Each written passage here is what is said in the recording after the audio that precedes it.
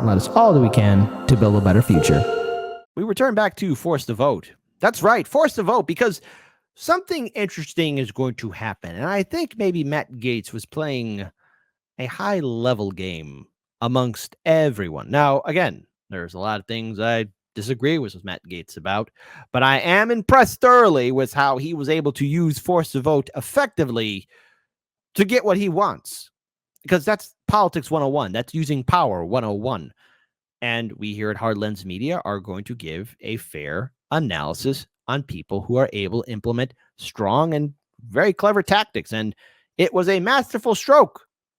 We saw something that hasn't been seen in years in this country. The removal of a Speaker of the House here in the United States Congress. That hasn't been done, period, by anyone.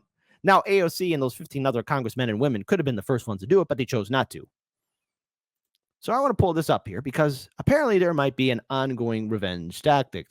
Not towards Matt Gaetz, but House GOP takes revenge on Democrats after McCarthy ousting.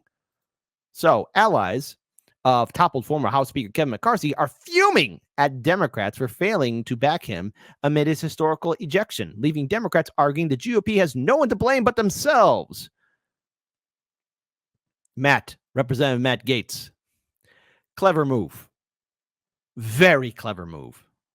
Having the Democrats and Republicans fight off against each other, it's actually pretty good. It's hilarious in a way. Continuing on, Republican ire hasn't been centered on just been ired on the 8 members of their own conference who ignited and backed the vote to oust McCarthy, but also the Democrats who voted in unison to remove him. So you could already tell that there's going to be a big old fight between the GOP and the Democrats.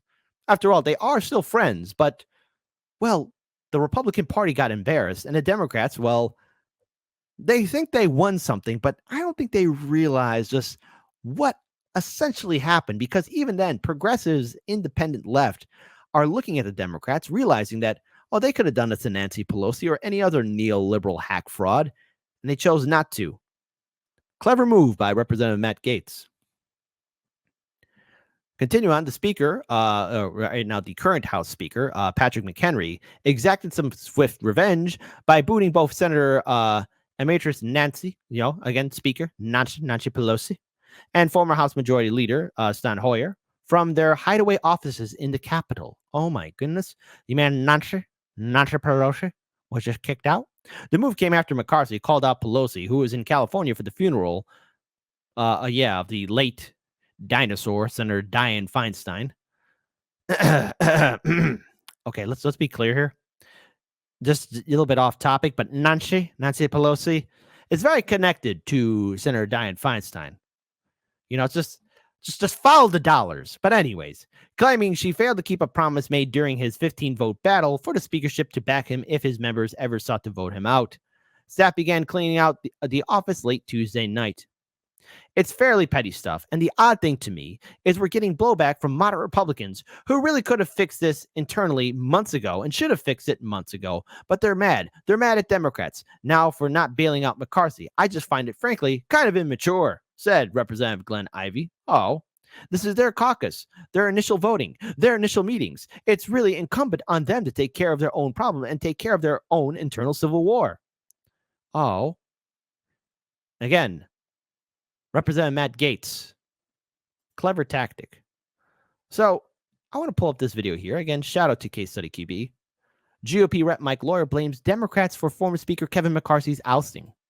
Let me just comment on the bipartisan nature of the House real quick. I think there was an opportunity yesterday, frankly. I am a member of Problem Solvers. We did have a meeting, and I think there was an opportunity for folks to put the country above the insanity, and all 208 Democrats that were here voted with Matt Gaetz. I think it was an opportunity that was missed, and I think it left a lot of people with a bad taste in their mouth about the ability of problem solvers to function. My understanding from the Democrats, part of the problem was that Kevin McCarthy just wasn't trustworthy for the Democrats, that he needed them to help pass the funding bill, and then he went on TV and blamed them for trying to shut down the government when that just wasn't the reality. They felt like he wasn't a trustworthy partner. With all due respect, I've never seen a Speaker of the House that's not partisan. Nancy Pelosi was as partisan as they come.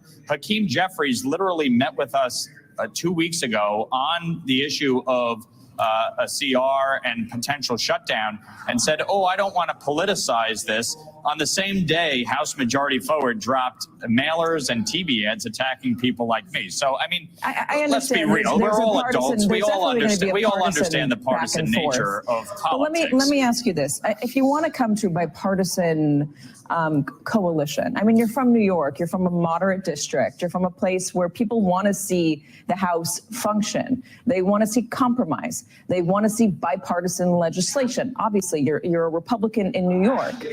Is there not somebody that you think that can cross the aisle, that can do that can find that middle part of the party in order to get things done? Because there are some big issues facing. Nothing can't get done because the only things that are getting done is helping out the corporate establishment. This is a petty fight between people who have not emotionally matured because they all have ego and pride. They're all very, very arrogant. And the thing is, a lot of these politicians need to be put into check. Now, Matt Gaetz, he's not my number one choice, but I will put respect on him for the fact that, again, I don't know if he watches the Jimmy Dore Show or Hard Lens Media or Revolutionary Blackout Network or Due Dissidents or Convo Couch, etc., but he effectively used a tactic that was already available for progressive lawmakers to use. Can you imagine maybe corporate media or independent media talking about how the squad, 15 congressmen and women, formed into one united voting bloc and actually implemented their power? What a sight it would be. So many people would be confused and scared. And look, Matt Gaetz has already broadcasted his name out there. You don't have to like him, but I will respect how he used his power. Now, I hope to see the day where progressives or independents are able to use the same thing too. I don't know. That would be a sight to see. I can only speculate, and we can only just sit here and speculate on what that would look like. But we do have evidence of it working effectively, and that was what Matt Gaetz has done. He broke ranks and ousted the Speaker of the House, and now the GOP and Democrats are having their own mini fight. It's a clever tactic. That's all we can say. In fact, let's have democracy in the chat. Type 1 if you think, this is over dramatic. Nothing big is going to happen here. Type 2, no, what Matt Gaetz did is pretty downright clever. He may win in the end, but he caused a big fight between the Democrats and Republicans, and I'm enjoying grabbing the popcorn. Yes, immigration, as you've said, but also the government needs to be funded, and there's 31 days to do so. There's a reason that folks like me won, and that was because Democrats had one-party rule in Washington, Albany, and New York City for the first time in our nation's history. And voters want balance. They want compromise. They want common sense. We are in a divided government. Any final legislation is going to have to be bipartisan, which is why the Speaker agreed to a bipartisan CR on Saturday to keep the government open and funded. He had exhausted all options to get a Republican plan through the House to negotiate with the Senate. And my colleagues torpedoed that. And that's so what happened. What's going to happen next? We all have a responsibility. We all have a responsibility to govern. And that is what I'm here to do. We are going to meet next week as a conference and elect a speaker. This is not going to be a speaker that is elected by Democrats. Democrats just removed the Republican speakers. And I find it hilarious because now there's no talking point that can be used that force to vote isn't effective. You just need to have leaders that know how to, be courageous. I know that's a strange word, being courageous, and politicians being courageous to actually use their power. We haven't seen that in the halls of Congress for decades. And while I may not like Matt Gaetz and some of his policy issues, I'm going to say well done in a masterful stroke of genius in having the Democrats and Republicans fight each other. So I don't see how you're going to get to 218 without it being the choice of the House Republican majority. It's going to have to be. But there's no question long term, we have to find balance, we have to find compromise, and we have to find bipartisanship in a divided government.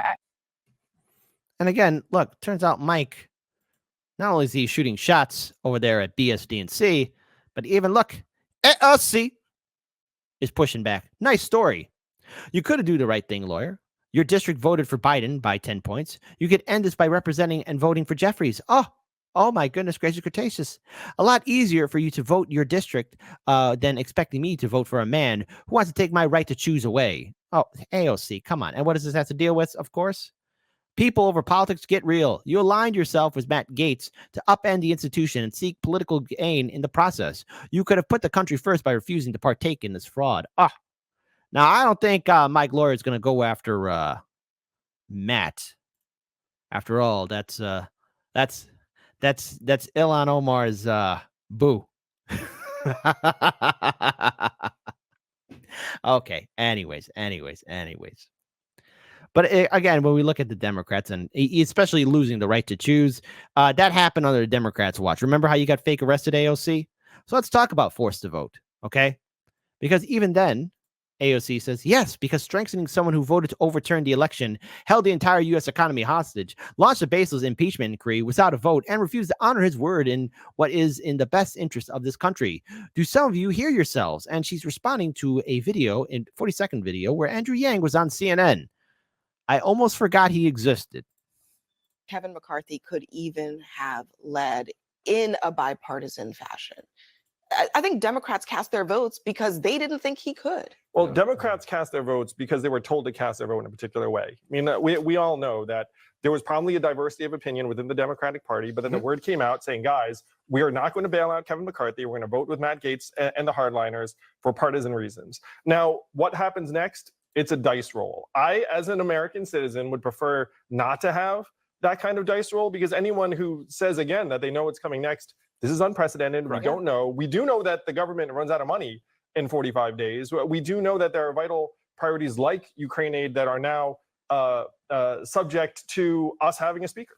We don't think Kevin McCarthy could even. Again, it's just so hilarious seeing how forced the vote is working. And so many people are in denial. I know AOC or Fat Tony, Cenk Uygur or Sammy Boy Cedar would be saying, oh, this is violence. But again, force the vote does work. And this is a terrible picture of her, by the way, but nonetheless, force the vote does work. All of Washington is not incentivized, on the whole, not incentivized to work in actually expediting guaranteed health care in the United States. Now, does that mean it's not going to happen? Absolutely not. Because mass movement organizing can force it to happen. Force it to happen. Do not trust any political party to automatically work in your interest. I call on everybody in independent media to join this mission. Force it to happen. Force the Congress to show which side are they really on. No vote for Nancy Pelosi unless Medicare for all is put on the House floor for a vote. Start bringing the ruckus on the Democratic Party. Yep, exactly. Precisely. Look, here's the thing. There's old Biden Joe 30330. So what can we take away from this? The fallout of so many people who stood against forced to vote. It's finally coming into fruition. And look, there's a chance where the progressives, if they ever actually had a soul or a backbone or a heart, they could do the same thing too. But now there is a fight between Republican and Democratic politicians, and we are nearing the end of 2023. I hope and pray it seeps into 2024. The American people need to see firsthand how pathetic the entire Democratic Party is and how pathetic the entire Republican Party is. Abolish all political parties. And I think it's time we upend the system and break it all down because it's not working for you. It's not working for me. And force the vote works. And Jimmy Dore was correct.